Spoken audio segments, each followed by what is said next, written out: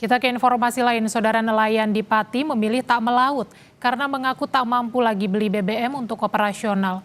Perahu-perahu nelayan pun teronggok di tepi laut. Sejumlah nelayan mengaku harga solar mencapai Rp30.000 per liter dari harga semula Rp17.000 dan sangat membebani mereka. Nelayan di Pati memilih tidak melaut hingga berdampak pada aktivitas pelelangan ikan yang ikut berhenti beroperasi. Nelayan berharap pemerintah memberikan solusi, mengingat 70% operasional nelayan berasal dari BBM.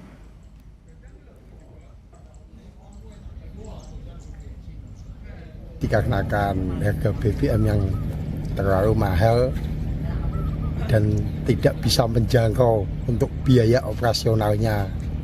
Berangkat semua, ada sekitar 1.000 lebih kapal yang tidak melaut. Ya tidak ada, nganggur ya.